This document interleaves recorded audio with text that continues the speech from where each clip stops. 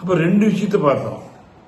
ஒன்னு என்னங்க, சட்டம் அல்ல, அது நமக்கு நாம எடுத்துக்கொண்ட செயல்படக்கூடிய விதிமுறைகள். விதிமுறைகள் சட்டங்கிற வார்த்தை வேண்டாம், அது விதி.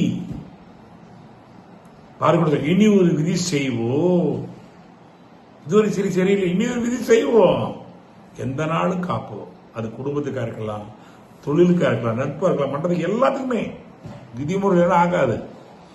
பாதை தவறிய கால்கள் விரும்பி ஊர் போய் சேர்வது இல்லை. அந்த விதி பெரிய போகணும். பெரிய விதி மதியது, மதியோட விதி உயர்வானது. ஆனால் விதியை மதியால் மாற்றலாம். என்ன மாற்றலாம், அதானே செயலுக்கு என்ற விளைவு. மேல்பதிவு சொல்றமா நீங்களா, ஒரு மேல்பதிவு பிராயச்சித்தம், மேல்பதிவு முற்றளிக்க முடியும். அப்ப என்ன தெரிந்து கொண்டோம் என்றால், நம்மளுடைய மேலாண்மை, நல்ல வார்த்தை, ஆளுமை, அல்லது நான் ஒரு பொறுப்பாளி. எதுக்கு பொறுப்பாளி? எல்லாத்துக்கும் பொறுப்பாளி. என்ன முடியுமோ நான் எல்லாம் கேறுவோம், நான் சொல்ல முடிஞ்சதை செய்வோம், உள்ள முயற்சி பண்ணி செய்வோம், எல்லாம் சேர்ந்து செய்வோம். இது முடியாதது இல்லைங்க, கூட்டுறவு தான். கூட்டுறவு நாட்டு உறவு. மதிச்சு என்ன சொல்றாரு, ஆங்காங்கே அறிஞர்களை தலை இணைத்துக்கிறார். என்ன பண்ணுவா, நல்லா மட்டும் முடியாதுப்பா, ஆங்காங்கே அறிஞர்களை தலைவர்களை இணைத்து முழு உலகம் உணர்ந்து இருக்க செய்வோம்.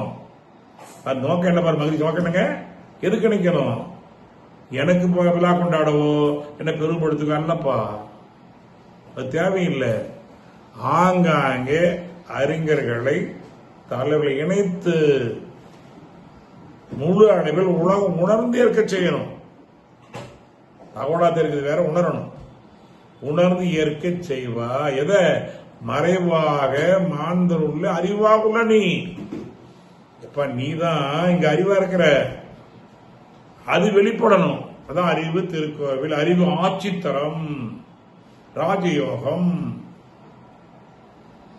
இது வரணும். அறிவாட்சி செய்யணுங்க, உணர்ச்சி ஆட்சி பண்ணக்கூடாது. நிறைய உணர்ச்சி ஆட்சி பண்ணுகிறது. பெரும்பாலும் உணர்ச்சியில் இருக்கின்றோம். பெரும்பாலும் துன்பங்கள், துயரங்கள், வங்கங்கள் வரும். அப்போ அதிகார கோரிக்கை என்ன பண்ணணும்? 3 இருக்குது. ஒன்னு அறியாமை, என்னன்னு தெரியாமலேயே அதை பண்றோம். என்னன்னு தெரியாம இருக்கும். இது அறியாமை மட்டுமல்ல, மிகப்பெரிய மூட நம்பிக்கை சொல்லணும். தெரியாதல்ல, ஒன்னு இன்னொன்றாக புரிந்து கொள்வதுதான் மகா கூடி அறியாமை. அறியாமை என்றால் தெரியாமல் மட்டுமல்ல, அது சிறந்து கொள்வதில் பொருந்தும். பெரியவங்க என்ன பண்றாங்கன்னா ஒன்னு இன்னொன்றாக புரிந்து கொள்கிறார்கள். அப்ப அதுல இருந்து விடுபடாதான் சுயமா தெரியும். ரைட். அடுத்து என்ன சொல்றாங்க? அலட்சியம். பெரும்பாலும் இன்னைக்கு வரக்கூடிய துன்பங்களுக்கு, கோபங்களுக்கு, நட்டங்களுக்கு அத்தனை காரணம் ஒன்னே ஒண்ணு, அறியாமையோட மோசம், அலட்சியம். நிறைய தெரியுது, ஆனா கடைபிடிக்க முடியல, அப்புறம் அடிச்சுக்கணும். அடிச்சு பாருங்க. இப்ப அறியாமை விட மோசமான அறியாமை என்ன என்றால், ஒன்றை இன்னொன்றாக புரிந்து கொள்வது. அது அடுத்து சொல்றாங்க, சொல்லால் மட்டும் நம்பாதே சுயமா தெரிவாய் நீ. அறிஞ்சுக்கிட்டா மட்டும் போதாது, சரியான நேரத்தில் என்ன பண்ணணும்? அலட்சியம்னா செயல்படுத்தணும். செயலுக்கு வரா தத்துவமும் இறந்து அதுக்கப்புறம் சரித்து வைத்தியம் ஒண்ணு. என்ன சொல்றாரு? கல்லார் கற்றார் செயல் விளைவாய் காணின்னு. தெய்வம் இறையும் செயல்ல வருதுங்க. எங்க தெய்வம் தேடுற? கல்லார் கற்றார் செயல் விளைவாய் காணுகின்ற துன்பம் அவன். அப்ப என்ன தெரிஞ்சுக்கிட்டோம்னா, அறியாமையிலிருந்து அறிந்து கொண்டே இருக்கணும். அதான் அகப்பாய் செய்து கொண்டே இருக்கணும் எப்பவுமே. உஷார், அதான் விழிப்புணர்வும் பார்த்து மகான்கள் உஷார் என்று சொல்லுவாங்க. உஷார் உஷார் அப்படிமா. அறிவு தெளிவு மகிழ்ச்சி சொல்லுங்க. அயரா விழிப்புணர்வு சொல்லுவார் சாமி. சொல்லுவாரு அயரா விழிப்புணர்வு. இன்பம் துன்பம் பேரின்பம் சலிப்பில்லா பெண் சொல்லுவாரு. சலிப்பில்லாத பெண் ஒண்ணு இருக்குது. அதே மாதிரிதான் அமைதி. என்ன என்ன சொல்லுவியா? இன்பம் துன்பம் அமைதி பெறுவர்களே. அதே மாதிரி நம்ம மனதில் என்ன இருக்குது? 3 இருக்குது. இந்த அறியாமை, அலட்சி, உணர்ச்சி வயம். அதான் சொல்லால் மட்டும் நம்ம கட்டி கொடுத்த கட்டிச்சோறும் சொல்லிக் கொடுத்தோம். என்ன நினைச்சு பாருங்க. புத்தர்கிட்ட வந்து கேட்பாங்களாம், சாமி இதுக்கு ஒரு விடை கிடைச்சா நல்லா இருக்கும் சாமி, எல்லாம் கிடைச்சிருச்சு, இதுக்கு மட்டும் கொஞ்சம் உங்கள்கிட்ட பதில் எதிர்பார்க்க சாமி, விளக்க சொல்லு சாமி. அப்படியா, சரி அடுத்த வருஷம் இதே நாள் இந்த நேரத்தில் கேள், நான் சொல்றேன், மதுரை கூட வா அப்படிம்பாரு. தெரிஞ்சுக்கணும்னா கண்டிப்பா சொல்றேன். நீ அடுத்த வருஷம் எழுதி இதே நாள் இந்த நேரத்தை சொல்லு, தெளிவா சொல்றேன், மதுரை கூடவே வா. வழி இல்லையா, சரி சாமிங்கிறாங்க. பார்த்தா சிரிப்பாங்களாம், நானும் இப்படி சொல்லிதான் உன்னை வந்துட்டு இருக்கிறேன், ஒரு வருஷத்துக்கு உனக்கெல்லாம் பிடிச்சு போயிடும். புத்தர் பெரும்பாலும் பேச மாட்டார்கள், பேசினாலும் 4-5 வாரத்தில் நிற்கும், அதெல்லாம் பொய்யும். ஒரு முறை சில உட்கார வைத்துக் கொண்டு முக்கியமான விஷயங்கள் உங்களை பேசுகின்றேன், நன்றாக கவனிங்கள் என்று ஒரு 1/2 மணி நேரம் அப்படியே பார்த்துட்டே இருக்கிறாரு. நிறைவு இன்றைய நிகழ்வை நினைத்துக் கொள்வோம், உரையில் நினைத்துக் தெளிவாங்க. சாமி இன்னைக்கு ஒன்றும் பேசவே இல்லை சாமி, நாங்க ஒன்றும் கேட்கவே இல்லை, கால உழுவே இல்லை சாமி அப்படின்னாங்க. அப்படியா, என் பேச்சு அனந்தன் கேட்டிருப்பான்.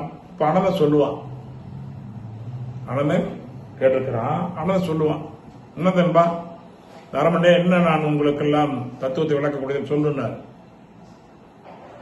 அவர் சொன்னாரு, எல்லாமே ஆரம்பத்துல இருந்து அவர் மனதில் என்னென்னலாம் இருக்கு அப்படியே எப்படி எங்கேயோ ஒளிபரப்பக்கூடிய டிவி அது பாடுதா இல்லைங்களா, லண்டன்ல ஒளிபரப்புவாங்க, அமெரிக்கா ஒளிபரப்புவாங்க, ஆனா இங்க வந்து டிவி தெரியுதா இல்லைங்களா, அந்த மாதிரி அவன் அந்த ஃப்ரீக்வன்சி இருந்ததுனால அப்படியே சொன்னா. நீங்கள் எல்லாம் இங்க யாருமே இல்லை, தத்துவத்தில் சத்தியம் புலப்படாது. நீங்கள் மனம் இங்க இருந்திருந்தால் இவரை போல் நீங்க பண்ணிருக்க முடியும். அதான் நீ அதுவாகவே சொல்லும், அருமையான உதாரணம். தயவு செய்து மகாதான் மகா நீ ஒன்றும் எனக்கு நிறைய பேர் சொல்லிருக்காங்க, வெளிநாட்டுகள்லாம் ரமணர் முன்னால் உட்காந்து கேட்காமலே பதில் கிடைச்சிடும், புரிஞ்சிடும். அதுதான் மகான்கள். வேதாந்தி கேள்விகளை வருவாங்க, எல்லாம் அப்புறம் சேவை போயிடுவாங்க. ஒரு அம்மா வந்தாங்களாம் வெளிநாட்டில், சாமிஜி ஒரு சந்தேகத்தோட வந்த சாமிஜி, ஆனா நீ கொடுத்த விளக்கத்திலேயே எனக்கு புரியல, என்ன விளக்கமா சொல்லுமா. அது உயிருக்கு, தாய்க்கும் சேய்க்கும் எவ்வளவு தூரம் போனாலும் தொடர்பு இருக்குங்கிறத விஞ்ஞான ஆராய்ச்சி பண்ணிருக்கு சாமி. என்ன பண்ணிருக்காங்கன்னா, ஒரு தாய் முயல், ஒரு 4-5 குட்டி முயல்கள், அந்த குட்டியை துன்பப்படுத்தும் போது தாயுடைய மூளையில் அதிர்வு என்ன ஏற்படுது, கருவி இருக்குது. நம்ம கூட ஈஜி இருக்கு இல்லையா, மூளை அதிர்வு கருவி, அப்ப அதிருது. சரி தூரமா கொண்டு போய் பண்ண வருமா, அங்க அதே மாதிரி அந்த அலை வருது. சரி கடலுக்குள்ள நீர்மூழ்கி கப்பலுக்கு உள்ள கொண்டு போய் ஆராய்ச்சி பண்றாங்க, அங்கிருந்தும் வருகிறது. அதான் மாதிரி சொல்ல, உண்ணும் உடல் மட்டும் பாயும், என்னை மென்னும் எங்கேயும் பாயும். உண்ணு உணவு உடல் மட்டும் தான் பாயும், என்ன மென்னும் எங்கேயும் பாயும். புரிஞ்சுக்கணும் தயவு செய்து, அதனால தப்பா நினைக்க கூடாது. உடனே என்னாச்சு, அங்கதான் பக்கத்துல வேறதா இது கேட்கலான்னு சொன்னோம். நீங்க ஒரு விளக்கத்தை சொல்லும் போது இந்த பிரபஞ்சம் முழுவதும் எண்ணங்கள் இருக்குது. மலரை பறித்தா கூட தெரியா பறிக்க முடியாது என்பது விஞ்ஞானம் ஒத்துருக்கிறது. ஒரு மலரை பறித்தால் கூட இந்த பிரபஞ்சம் பறிக்க முடியாது என்பது இருக்கிறது. இதைத்தான் உங்க உரையிலே இப்படி செயல் பேச்சு எல்லாத்துக்கும் எண்ணம் ஒன்றுதான் கருமைங்கிற வார்த்தை சொன்னீங்க, ஜெனரிக் சென்டர்னு சொன்னீங்க. உங்களுக்கு மட்டும் வெளிப்படாது, நாளைக்கு தலைமுறை கல்வி அது வெளிப்படும்னு சொன்னீங்க சாமிஜி. எல்லாம் அதான் நீங்க உயிரை பெறாமல் படிச்சு பாருங்க, நினைச்சு பாருங்க. மனித வேறுபாடு கேட்டு பாருங்க, 7 சம்பத்துக்கள் எப்படி வரும். நீ மனித வேறுபாடு தலைப்பு எடுத்தீங்கன்னா இதுவரைக்கும் எங்கேயும் வந்து விளக்கம் கிடைச்சல. டாக்டர் உதயமூர்த்தி நான் போகும்போது மனித வேறுபாடு சொல்லிட்டு போனேன், இது சாமிஜி சொன்னதான் கேட்டேன். அந்த புத்தகம் கையில கொடுத்தேன், இவ்வளவு அற்புதமா சொல்லியிருக்காருங்க. இது வரைக்கும் விஞ்ஞானம் கூட அது வரல. உருவமைப்பு, குணம், அறிவின் உயர்வு, உடல் வடு, சுகம், செல்வம், கீர்த்தி, 7 சம்பத்துக்கள் தான் வேறுபாடு. எல்லாம் பிரம்ம ஒண்ணுதான். இந்த 3 கழிச்சிட்டீங்கன்னா எல்லா பிரம்மன் தாங்கிறது. அது ஏகன் அநேகன், ஏகன் அப்படி பதிவு தானே, எவ்வளவு அற்புதம். அது மட்டும் இல்லை, கருவைப்பு, உணவு, காலம், தேசம், கல்வி, தொழில், அரசாங்கம், கலை, முயற்சி, பருவம், நட்பு, சந்தர்ப்பம், பல ஆராய்ச்சி, பழக்க வழக்க ஒழுக்கம் என்ற 16 காரணங்களில் 7 சம்பத்துக்காக இருக்கிறாரே. ஜாக்கிரதையா இருக்கணும். இந்த மேலாண்மை, இந்த ஆளுமை இதுதான் முக்கியம். நீ அதிகாரம் பண்ணுங்க வரல, இன்னொரு அதிகாரி பண்ணிட்டே இருக்கிறான். கண்காணி இல்லா நன்று கள்ளம் பல செய்வார் திருமூலர். தலைவர் எஸ்கே அடிக்கடி மாதிரி சொல்வார், கண்காணி இல்லான் என்று கள்ளம் பல செய்வார், கண்காணி எங்கும் உள்ளான் என்றால் கள்ளம் செய்ய மாற்றார்தாமே. இதுதான் தத்துவம், தான் செயலுடைய தத்துவம். கல்லார் கற்றார் செயல் விளைவாய் காணு என்ப துன்பமவன். எதை விதைத்தாயோ அதோட செய்கின்றாய். இதோட அப்ப எப்படி நமக்கு நம்ம அதிகாரம் வரும், பொறுப்பு வரும், மேலாண்மை வரும். தான் தலைமை பண்பு. ஒரு தாய் குழந்தை பொறுப்பு, அவங்க அதிகாரம் பண்ற இடத்துல இல்லை. அப்ப ஒரு தலைமை பொறுப்பு, தாயின் தலைமையில் இருக்கிறாங்க. எப்படி உலகம் அற்புதமா இருக்கும். ஈகோ தான் தனது அதிகாரம் கொண்டு பொறுப்பற்று அது அறியாமல் இருந்த அலட்சியம், உணர்ச்சி வச்சோம், ஆகுன டென்ஷன். டவுன் பண்ணி பாருங்க எப்படி உணர்ச்சி வந்துடும். அது மாதிரி 16 காரணங்கள் எண்ணி பார்த்தால் எந்த மகானும் சொல்ல முடியாத ஆழத்தை எப்படி முடியும்னா அவரு ஆழம் நீ அது மாதிரி சொல்லியிருக்காங்க எல்லாரும். ஆனால் எளிமை விஞ்ஞானபூர்வம் அறிவுபூர்வமாக ஏற்றுக்கொள்ளக்கூடிய அளவுக்கு மனித வேறுபாடு தத்துவம் அற்புதமா இருக்கும். செயலுடைய தத்துவம் மகிழ்ச்சியுடைய செயலுடைய தத்துவம் சாதாரண தத்துவம் அல்ல. கல்லார் கற்றார் செயல் விளைவாய் காண இன்ப துன்பமவன். எவ்வளவு அருமையான விஷயம். இதைதான் எடுத்து சொல்லணும், இதான் நம்ம புரிஞ்சுக்கணும், நம்ம கடைபிடிக்கணும். நீங்க கத்துக்கிட்டா நீங்க பார்ப்போம் ஆயிடுவாருங்க. இந்த மனநிலையம் வந்துட்டா நீங்கள் பார்ப்போம் ஆயிடுவார்கள். பேச்சு கேட்போம் என அலைக்கின்றனே. ஒரு உட்கார்ந்து அது எப்படி புத்தர் உட்கார்ந்த போது அந்த அலை ஏகலர்கள் தெரியுது, சொன்ன தெரியும். பார்த்த உடனே அவங்க புரிஞ்சுக்குவாங்க. ஒரே ஒரு தடவையில் அவ்வளவு ஆழமா போவாங்க. நினைச்சு பாருங்க, இன்னைக்கு நடந்துட்டு இருக்குது. பேராசிரியர் எவ்வளவு பேராசிரியர் இல்லை, இவ்வளவு வளர்ச்சி எப்படி வரும் நினைச்சு பாருங்க. ஆணியாருக்கு IOAன்னு மிகப்பெரிய பெரிய உதவி பதவி வந்தவங்க, மாவட்ட ஆட்சியாளர்கள், நீதிபதிகள், வேலையில 30 பொறுப்பு இருக்கக்கூடியவர்கள் எல்லாம் வந்திருந்தாங்க.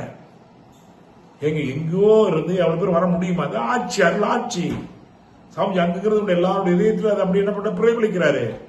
கூப்பிட்டு வந்துருவாங்களா? 3 நாள் தங்கி இருப்பாங்களா? அங்க மறுபடியும் வரணுங்கிறாங்களே.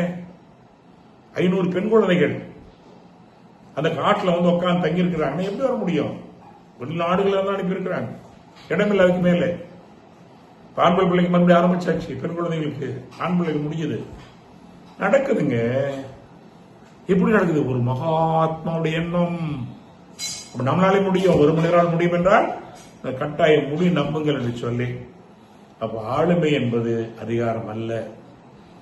அதிகாரம் வந்தால் ஆணவம் வரும், ஆணவம் வந்தால் துன்பம் வரும். துன்பத்துக்கு பரிகாரம் தேடி போவோம், பரிகாரத்துக்கு உபகாரம் வேணும். அந்த உபகாரம் வேதாத்திரி மகிழ்ச்சியுடைய பயிற்சி முறைகள். அதனால் கண்டிப்பா ஓங்காரம் வரும். ஓங்காரமாய் உள்ளவங்கிறாங்களா? அப்படிப்பட்ட ஓங்கார சக்தியோடு, தெய்வீக சக்தியோடு பயணிப்போம். கண்டிப்பாக நாம் உயர்த்துவோம். கண்டிப்பாக அந்த செயல்தான் இறை குருவுக்கு இறைக்கும் கொடுக்கிற குரு காணிக்கை. சாமி கேட்கிற குரு காணிக்கைன்னு நீங்க முதல்ல பண்ணுங்க. முடிஞ்ச 4 பேருக்கு சொல்லிக் கொடுங்க. அது மாதிரி நம்ம ஒவ்வொருவரும் எடுத்துக்கொண்டதுனாலதான் இங்க லட்சோப மக்கள், பல நிறுவனங்கள், கல்லூரிகள், பள்ளிகள் நேரமில்லை கொடுக்கிறது. அரசு பள்ளி, கல்லூரிகள், பள்ளிகள், நிறுவனங்கள்,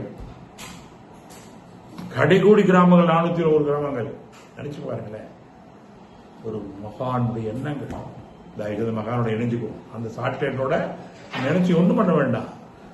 இந்த வேதாத்திரி மகிழ்ச்சியோட சாட்டிலைட் அதில் இணைஞ்சிட்டா பிரபஞ்ச ரகசியம் உங்களுக்கும் வரும். உங்களால் உணர்வார்கள் என்று சொல்லி, நாமும் உயர்ந்து கொண்டு பிற உயர்த்துவோம் என்று சொல்லி, நல்ல நாளில் மிகப்பெரிய ஒரு சிந்தனை நல்லா கேட்டதுதான். நான் புதுசாக சொல்லல, என்னுடைய அனுபவத்தை இவ்வாறு இந்த தலைப்புல சொல்லணும்னு நினைச்சேன். ஆனால் அது நீங்க ஏதாவது கேட்டதாக இருந்தாலும் அதான் இருக்கும். இருந்தாலும் மறுபடியும் கேட்டுக்கொண்டே இருங்கள். நல்ல விஷயங்களை பாராயணம் பண்ணிக்கொண்டே இருக்கணும். அப்படி சிறந்த வித்வான்கள் எதானே சரி, அவங்க என்ன பண்ணாங்க, அதை சாதகம் பண்ணி கொண்டிருப்பார்கள். சாதகம்லாம் பாதமா போயிடும். நாம் தினசரி வேதாத்திரத்தை சாதகம் பண்ணிக்கொண்டே இருப்போம். சரியா? எப்பவும் அதை பற்றி பேசிக்கொண்டே இருப்போம், அதை சொல்லிக்கொண்டே இருப்போம், செய்து கொண்டே இருப்போம். சரியா? எந்த நேரமும் ஆனால் எந்த நேரம் நெற்றிக்கு உச்சி லாபமாக இருப்போம். விட்டு பார்ப்போம் நம்மை உலகை பின் கற்றம் கருது விழிப்போடு என்று சொல்லி இதற்கு வேதாத்திரி மிகப்பெரிய வாய்ப்பை கொடுத்திருக்கிறது, ஒரு வரம் கொடுத்திருக்கிறது, அவர்கள் ஆட்சி கிடைத்திருக்கிறது. யாரு கிடைத்திருக்கிறது, அதை என்ன பண்ணும், பயன்படுத்தணும். மற்ற பயனாளியாக இருக்க வேண்டும். அதை இணைந்து செயல்படுவோம், எல்லாரும் இணைந்து செயல்படுவோம். இந்த ஆண்டு வேதாத்திரி ஆண்டாக மலர்ந்து கொண்டிருக்கிறது. ஆகிய வாருங்கள், வேதாத்திரி உலக சமான தேருக்கு வடபிடிப்போம். வேதாத்திரிய உலக சமான தேருக்கு வடபிடிப்போம், வரலாற்றை இடம்பிடிப்போம். இந்த ஆண்டு உலக சமய ஆண்டு. அருள்நெறி பொது சொல்ல கும்பகோணம் உருவாக்குனாங்க. உலக பொது அருள்நெறி சமயம் நல்லா புரிஞ்சுக்கணும். தயவு செய்து இனிமேல் தன்னோட சொல்லி இந்த வார்த்தை கூட வரை போடணும். 41வது ஆண்டு உலக பொது அருள்நெறி சமய வேதாத்திரி உருவாக்கி பதிவு செய்யப்பட்ட உலக பொது அருள்நெறி சமயத்தினுடைய 41வது ஆண்டில் பயணித்துக் கொண்டிருக்கிறோம். அந்த நினைவோடு பயணிப்போம். வருங்காலத்தில் வள்ளுவாண்டு சொல்வதைப் போல, கிறிஸ்துவ ஆண்டு சொல்வதைப் போல வேதாத்திரி ஆண்டு சொல்லப்பட வேண்டும். வேதாத்திரி ஆண்டு அல்ல, உலக பொது அருள்நெறி சமயம் சொல்லப்பட வேண்டும். இந்த எண்ணத்தை சேர்த்து நாம் எண்ணுவோம் என்று சொல்லி அனைவரும் நன்றியோடு வணங்கி வாழ்த்தி இந்த வாய்ப்பு கொடுத்த நம்முடைய ஆலியார் ஐடி நிர்வாகத்திற்கும் நம்முடைய பொறுப்பாளர்களுக்கும் அதோட அன்பு சகோதரர்கள் சிறப்பாக தொகுத்து வழங்குகிறார்கள். அதோடு எல்லாரும் வந்து இணைஞ்சி கற்று கடைபிடித்து கற்பிக்கிறோம். அதனால ஆலியார் நிர்வாகத்திற்கும் நம்ம தலைவர் நம்முடைய பத்துங்குசன் தலைவர் எஸ்கே மேலாண் உள்ளிட்ட நிர்வாக உலக சேவா நிர்வாகத்திற்கும் நன்றியை காணிக்காக்கி, ஏன்னா அதே ஆமா நீதி நெறி உணர் மாந்தராகி வாழும் நிலை உணர்ந்து தொண்டாற்றி இன்பம் காண்போம்.